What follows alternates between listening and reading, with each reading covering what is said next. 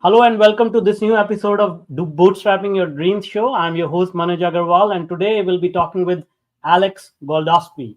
So Alex is a pioneering leader in the residential and commercial title search industry, serving as the CEO and the founder of ProTitleUSA. Under his leadership, ProTitleUSA has transformed into a powerhouse, consistently ranking on the Inc. 5000 list of the fastest growing private companies in America for 6 consecutive years. With a strategic focus on high volume transactions and state of the art technology, ProTitleUSA has set new standards in the industry, particularly through innovations like OCR data extraction and machine learning for mortgage and collateral documents. Alex holds an impressive 9 US patents and is recognized as a thought leader in the real estate and title search sector. His expertise spans across multiple industries, including real estate investment, hedge funds, and even emerging fields like solar power. A published author, his book Bulletproof Due Diligence: Protecting Your Investment is a key resource for anyone involved in title searches and real estate due diligence. Beyond his business acumen, Alex is a sought after speaker and educator, frequently sharing his insights at high profile seminars and platforms like Bloomberg Radio.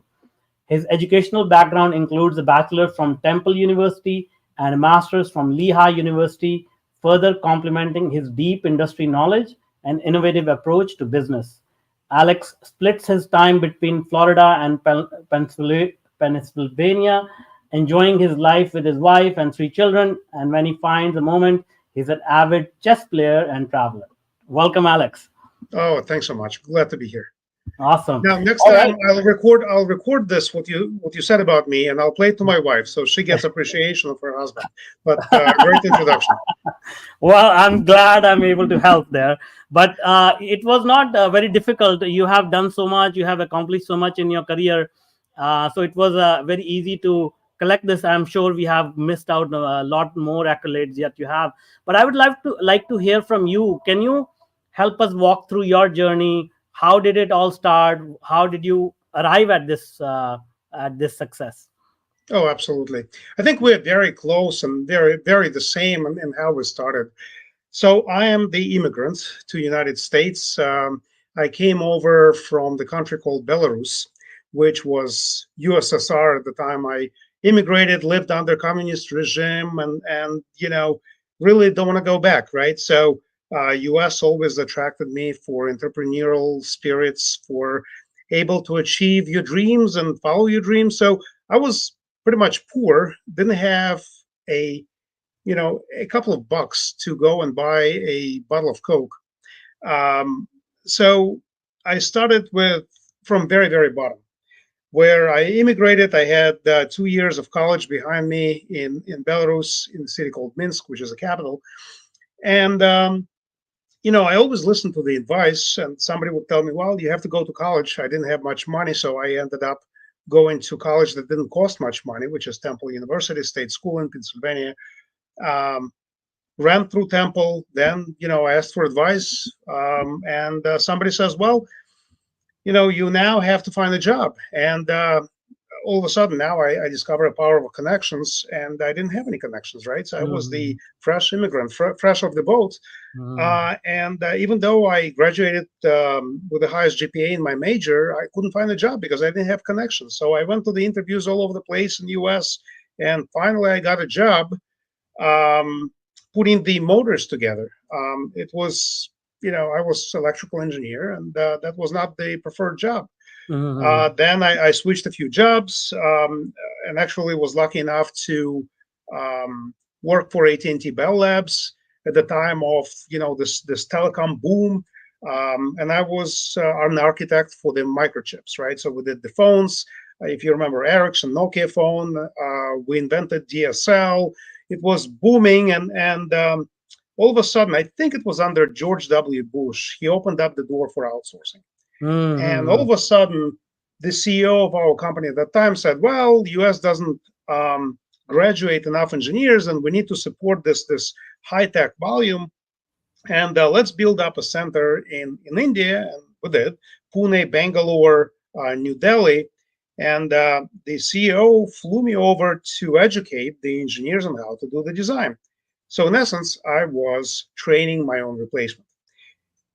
I came to this realization and said, something's wrong here, right? So I went through all this path, and now the CEOs are training people to replace me, and I will be out of the job soon. So I spoke with my wife. I said, listen, what do we do? I feel that my job career is moving to China and India. I'll be displaced without the job. And she said, well, let's try playing around with real estate. And at Mhm. that time, I said, all right, let's invest. And I started very hard to find out how to invest, how to bid on auctions. That was pre-GFC crisis. I bought one house, second house, student housing. So I started to build up the portfolio, and then I invested in an apartment complex in real ghetto in Philly. So call me a slumlord, lord, but that was sort of my interesting investment. On the paper, it made sense. But in essence, when I collected rent, I ran into people pointing gun to my head Mm. and saying, "Well, you're not welcome here." I said, "I own this building." No, you're not. So, and that was my firstborn at home, and I was risking my life. So I said, "Listen, I will not do that anymore." And of course, I'm talking to my wife, who is my life partner. I said, "Listen, I really don't like this. What do I do?" And she says, well, do you have any ideas? I said, yeah, I do. In fact, I invested in a few properties and used this one company for title reports, and it cost me $20,000 each on things that they missed. I think I can do this better. So, this is how the idea was born, that I need to develop something that the market can use and rely on, Mhm. and see if I can sell that as a product. So I sold all the real estate that I had prior to GFC. Call me lucky, I guess, before the crash of real estate. Now I regret it, of course. It's probably tripled or quadrupled in Mhm. value right now. But uh, at that time, it was the right thing to do. And the next sort of stage in my development was I am sitting in sauna, a Russian sauna, where all my buddies, come to socialize, and everybody's bragging, hey, I did this, I did that. And one of the guys that everybody really respected had 7 businesses, right? Mhm. And the way he structured the business was he would launch a business himself, and then he would give it to his relative. And the agreement would be the relative would pay him anywhere from 10 to 25% of revenue, but the relative would run the business, and the carry from the business, from the income, would be part of the income to this relative. And one of the guys there, we talked about how much everybody makes, and I'm still working at telecom career, and on the side I sold my real estate Mhm. properties, and all of a sudden, I sit there and say, well, I think I'm on top of the world with a full-time job, right? So I make the top money. I compare myself to other employees there, and right now it's probably anywhere from 150 to $200,000, and I say, yeah, I'm on the top of the world. I've reached that point. And then the guy that didn't go to college, was drop out from high school, but he was a relative of this guy. And in sauna, this businessman says, well, how much do you make? Just tell everybody, how much do you make? And I'm thinking, oh, he's going to say 100 or 125. He goes, I don't want to offend anybody. I said, the businessman goes, no, no, go ahead and say it. Don't offend anybody. I am your boss. So I'm asking you to tell how much you make a year. No, Mhm. I'm not comfortable. How much do you make a year? He goes, $3 million. Mm. Then I have a short circuit in my brain. I go, I went through my bachelor's degree, my master's degree, the career in telecom, invested in real estate, and I'm not making that much. There's something wrong with what I'm doing. So all of a sudden, I started to think that my goal should not be this glass ceiling of the salary, but I have to really shoot for the sky. And I said, well, I have to figure out what can I do as a businessman, not just invest in real estate properties and do one-off Mhm. Mhm. deals, but how can I do things consistently and how can I invest in something that Mm-hmm. will translate to that level of income. Sure, sure. So I remember that idea that, hey, I really wanted to do this job much more accurately, and I think this is needed for other folks. So the initial idea was, okay, let me create something and a website and see if people will start ordering. So one of the things that I tell everybody, entrepreneurs, business owners, folks that are starting, Google is the biggest equalizer. What does that Mm, mean? If you pay for AdWords on Google and spend money on marketing, it doesn't matter if you are a multi-billion dollar company or a company with one employee. Google doesn't care. If you pay more, you're in first place and people order from you. So in essence, I said, all right, so let me build a little website. I was not a website developer. I had a friend, right? So it's an importance of having the right people around you. And a mm-hmm. friend that said, all right, listen, let me put the website together in 2 hours. I said, all right, let's meet at the pool. We're Yeah. sitting drinking beer at the pool. And he says, oh, let me launch this right now. I said, Mhm. okay, and I will prep the Google AdWords. So we did things in parallel in about 2 hours. I put the phone number on the website, and I programmed in one of the either Ring Central or any other services. Anytime I get a business call, it'll have the extension 42s. So, he built a website, he posted on the server. I launched the Google AdWords. In about 10 seconds, I receive a call with 4 twos. And I'm going to my friend, his name is George. George, what is this? I can't believe it. We just posted it. How Yeah, do I yeah, yeah. get a phone call right away? He says, I think you're onto gold mine. I said, all Huh. right, let me pick it up and see what happens. Maybe it's a test.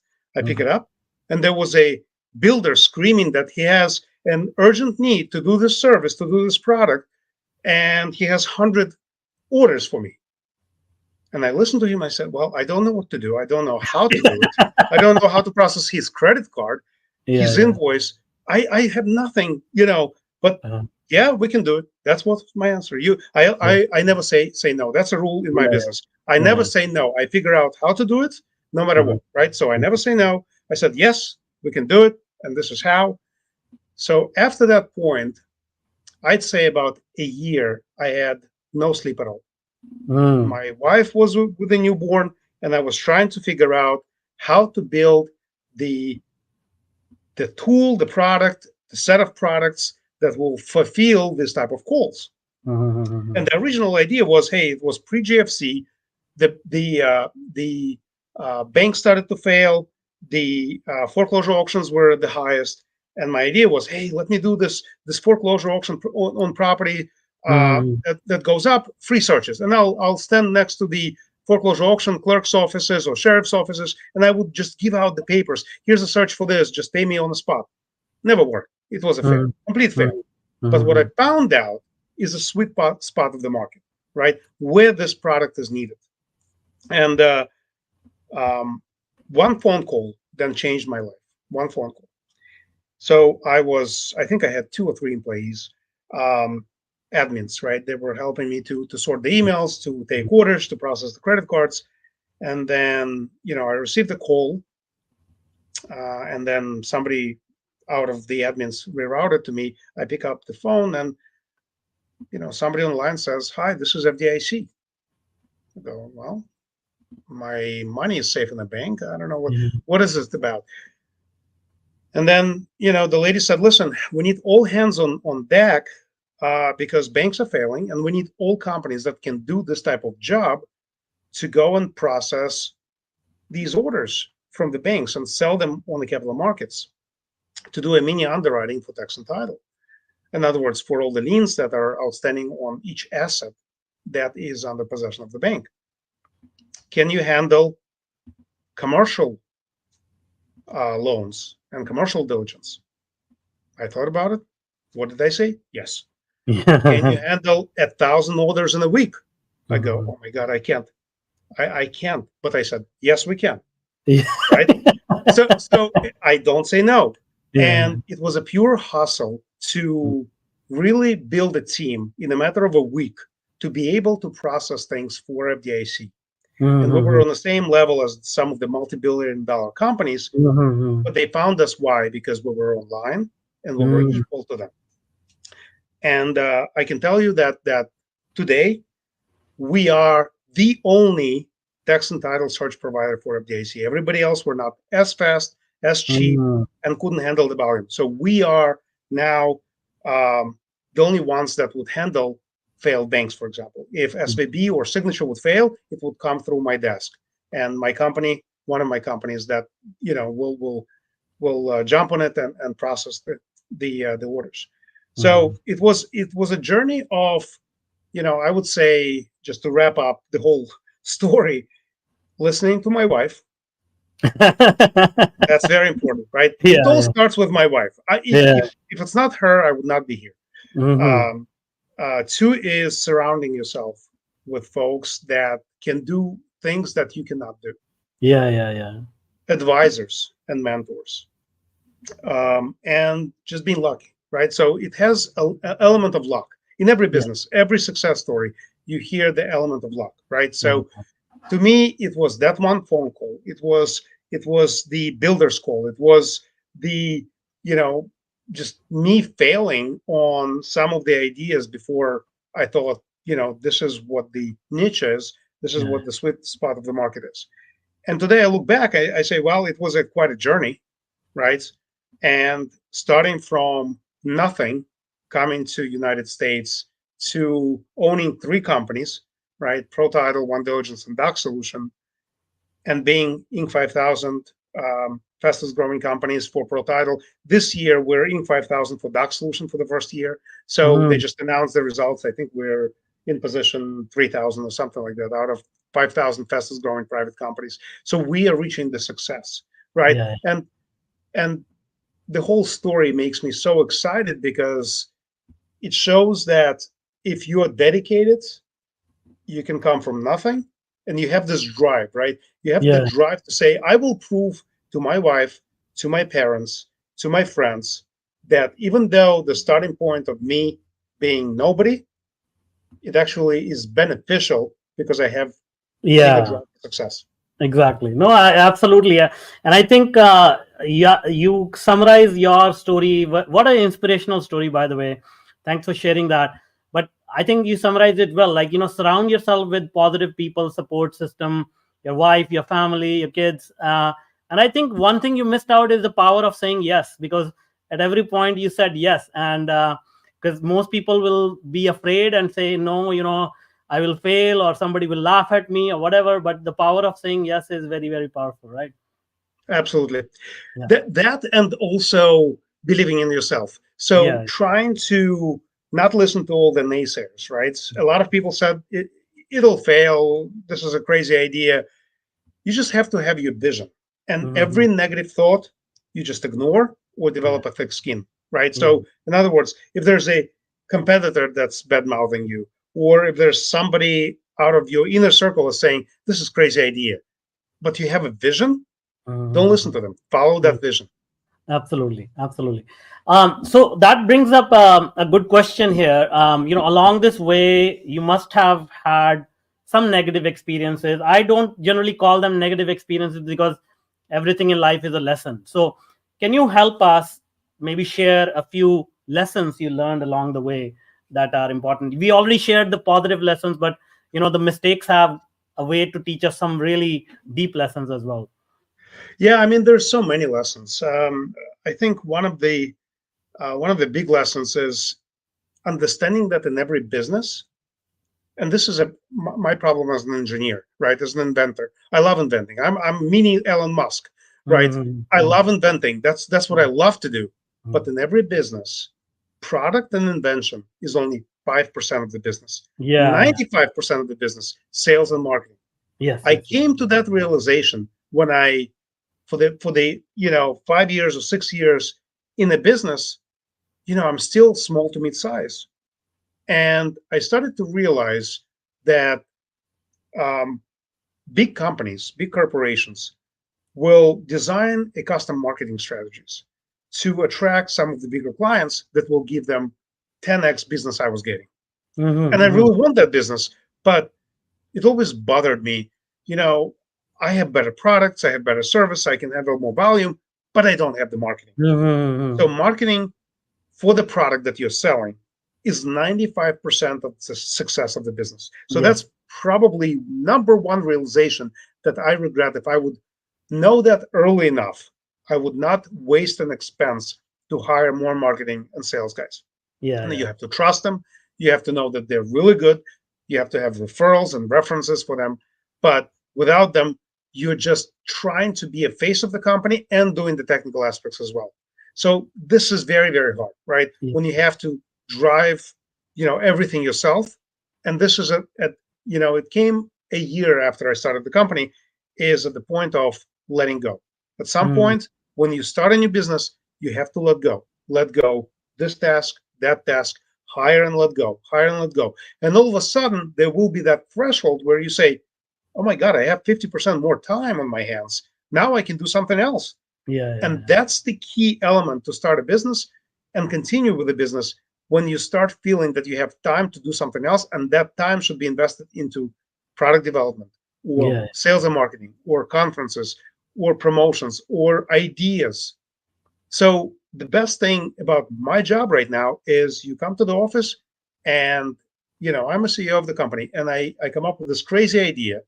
We get everybody in the room. What do you think?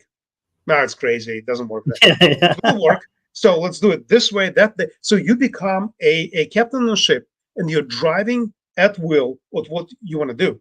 And the Yeah. team gets so energetic behind it, right? So you lead by example and you show the impossible things that cannot be done if you just say it. But if you break them down, okay, yeah, it's possible, it's achievable. And this is the best, you know, kicker in my job. This is what I love, right? I love inventing and launching new products, Yeah. technology elements, AI. So building new things that everybody will appreciate and staying ahead of the curve. So that's probably a long answer to some of the things that I would do differently. Procrastination is another one. Not understanding how to start a business is another one. Just giving up on ideas that I had before for the businesses. I just completely gave up. Choosing the wrong partners is a big no-no, right? I had Mm. 2 or 3 businesses that failed and I tried so hard. I did my part, but the part that was very important in the business constantly was failing. Why? Mm. Somebody was lazy. Somebody was late. Somebody couldn't communicate with a client. Somebody couldn't sell. So it was always, I felt that with the partnerships, it's always very hard. Even though in the beginning you say, yeah, let's do it together. I will do this 50%, you will do that Mm. 50%. But somebody always works harder than the other. Yeah. Yeah. Absolutely. Yeah. So Absolutely. those are just a few, but I guess I can come up with another Yeah, 10, yeah, yeah. right? Of course, of course. Yeah, life is full of lessons, but these are great, and I completely resonate with the first one that you mentioned, because I come from engineering and technology background as well. Like, I always used to think the invention or the technology is what makes a company, but totally misunderstood it, and um, it's a complete it's a complete realization when you have it. But tell me now, you mentioned AI, and that's where how we came across each other. Blockchain, AI, these are the technologies of tomorrow. So tell Yeah. me a little bit about that. Like, what is your interest in that? What are you doing with it? Where do you see the industry going? Yeah. So it's a loaded question. Let's peel the onion, right? So Mhm. my journey with AI was listening to my client. So I had this great client out of Dallas. In I think it's 2018. We started talking, and they said, "Well, what are you guys doing?" And they saying, "Well, we're doing AI." And I go, "That's full of crap. What do you mean doing AI? What's AI? Mhm. AI doesn't exist. It's a pixie dust. AI is there's no artificial intelligence." And then I started to listen to them, and they were describing some of the things that they're doing. I said, well, that's not really AI, but this is algorithmic approach to some of the problems that the industry was facing. Now, my industry is all paper, right? So for me to understand and extract the points out of each document, the key to success, right? the whole industry is still stare and compare, and I'm talking about banking and finance, county offices. If you walk into the county offices, you'll see an archive. Archive is just, a Hmm. bunch of safes with documents in it, and people go in there and they look for the documents in the folder. They pull it Hmm. out, they scan it in, then they send it to the client. Client looks at it. Okay, it's a wrong document. Go get me another one. So it's Yeah. all paper pushing, Yeah. right? Yeah. Yeah. Yeah. And to me, what the client was doing was quite revolutionary, right? So they're doing something that would read the document automatically. They did many methods, and they identified one of them that worked. And I said, well, maybe what I should do is I should look at it myself, because my Hmm. businesses all deal with paper, and I think that I need to look at the AI solutions. Hmm. Hmm. Prior to me thinking of that, I looked around and I said, all right, so what's going on with AI, right? So first is, AI as far as ChatGPT, giving the answers, hallucinating, not very accurate. If the attorney will ask to prepare the judgment or pleading, it will come up with some sort of a case that doesn't exist. So I got scared of that. And instead, I said, let me focus on something called machine learning data extraction. So this is my main focus, because I deal with documents and I want to make sure that I create a robot that will understand the document Hmm. out of Hmm. the blob of PDF files or JPEGs or whatever, Yeah. Yeah. JPEGs, and then read it, extract the data points, analyze it, and create some sort of a report. And my first question, okay, so who is out there doing this? I looked at this company. They're doing OCR text recognition, and they call it AI. I said, well, that's not AI really, Yeah. because every time you have a rotated page, or you have the same text crossing a page, or things happen on a page, you get garbage. And then it takes a long time to go and figure out that this is garbage, and they have to replace all the garbage and put the Yeah. right values. So the amount of time was the same as the Mhm. human would take the file Mhm. and then Mhm. pull the data by hand. Yeah, yeah, I yeah. said, all right, so that doesn't work. Next is, there was another company that showed quite a potential, and then 2 years down the line, they gave up on the development because it was too complex, too many variations. For the same document type, there could be 100 variations that the Mhm. machine Mhm. needs to learn, and that was 5 years ago. So, and then I said, all right, so what do I do? All right, so companies that I looked at really don't give any competitive advantage. There's Mhm. no incentive for me. What do I do? I hired one of the guys that claimed to be a professor in university teaching AI. So I said, well, all right, this guy knows programming, this guy knows AI and the theory, and I hired him. And I can tell you that we changed the algorithm of extracting the data from the documents probably 6 times. Mhm. Right. Mhm.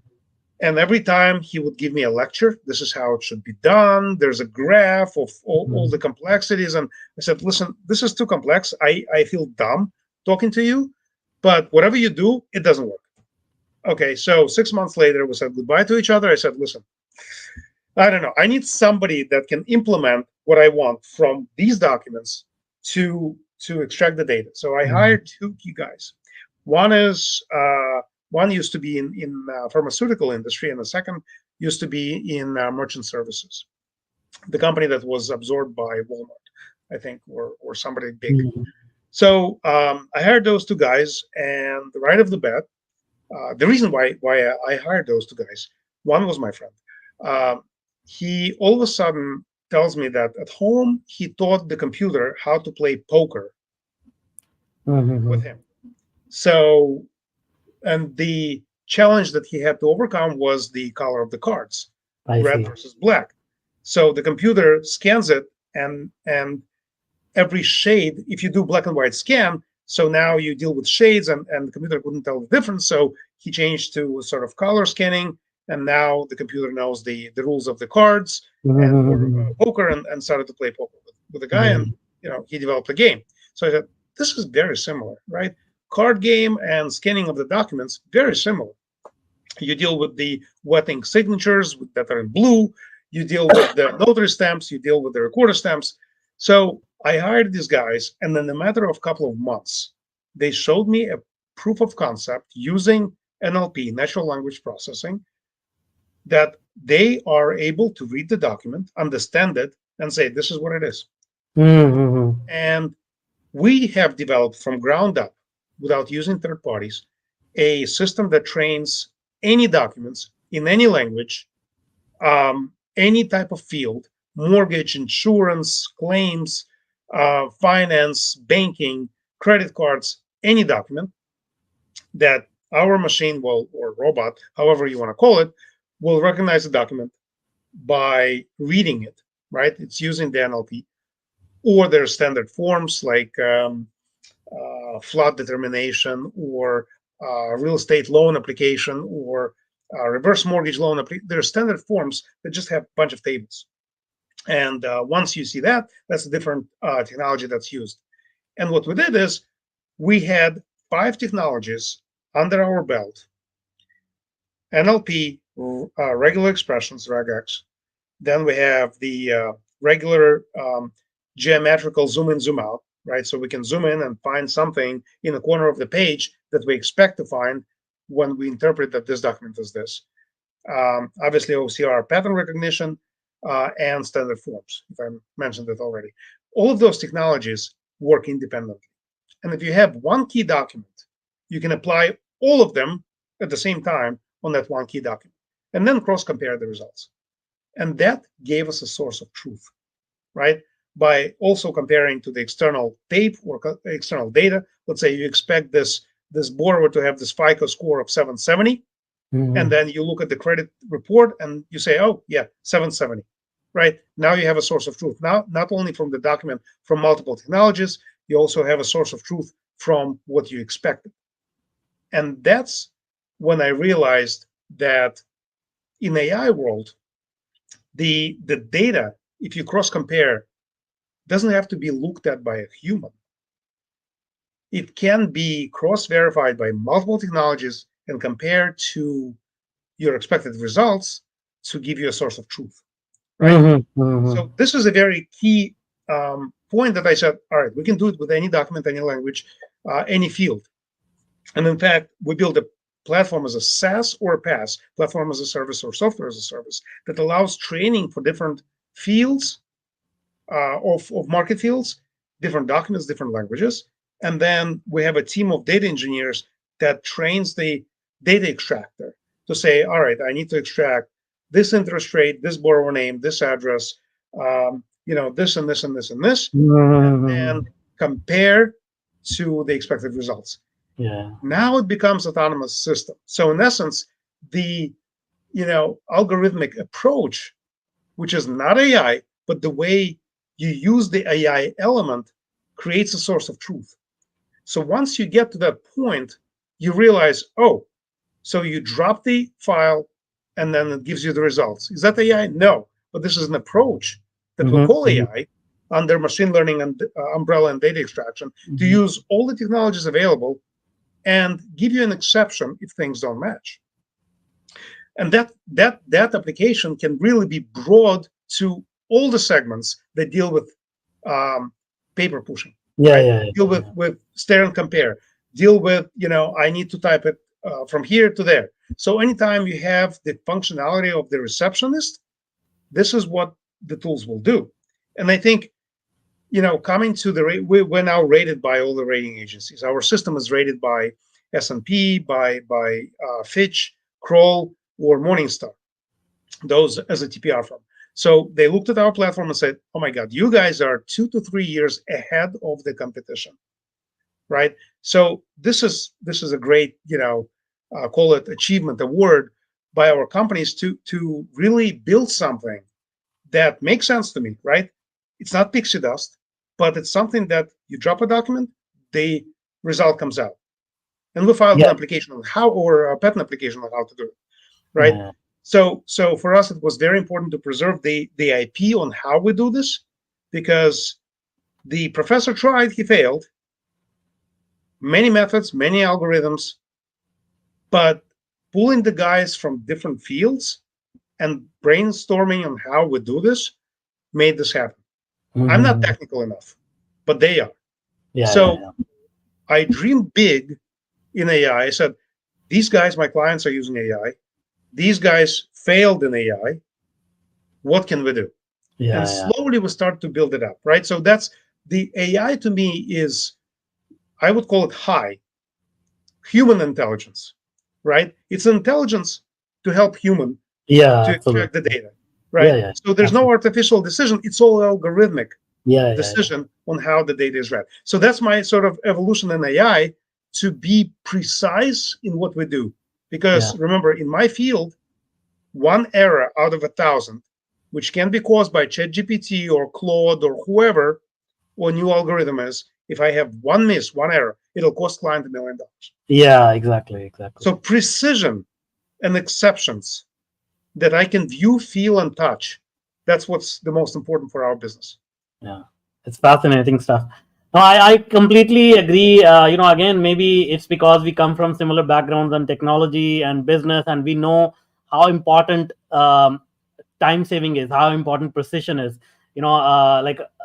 Just like you, like I started my career in a factory where 0.2 millimeters was the tolerance of error. So you get to learn, how the real world works. I'm sure, this is such a deep conversation. We can go on for hours and hours and hours. So I think I'll have to bring you in for another conversation. But it's been a really, really good, inspiring journey that you are on. And I'm sure this is just the beginning. I think you are going to be doing many more big things. So congratulations on that. Now, before I let you go, can you tell us, if people want to connect with you, they want to reach out, what is the best way to do that? Yeah, I always check LinkedIn. So folks can find me by searching LinkedIn, Alex Goldovsky. You can order my books right there if you care about learning about title and diligence.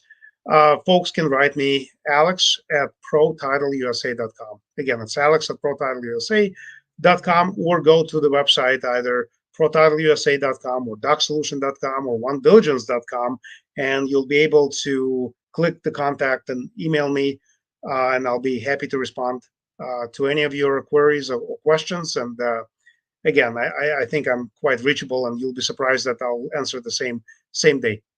Awesome. We'll put those links in the show notes so that people can reach out easily. Thank you so much. Thanks, Manoj. Take care.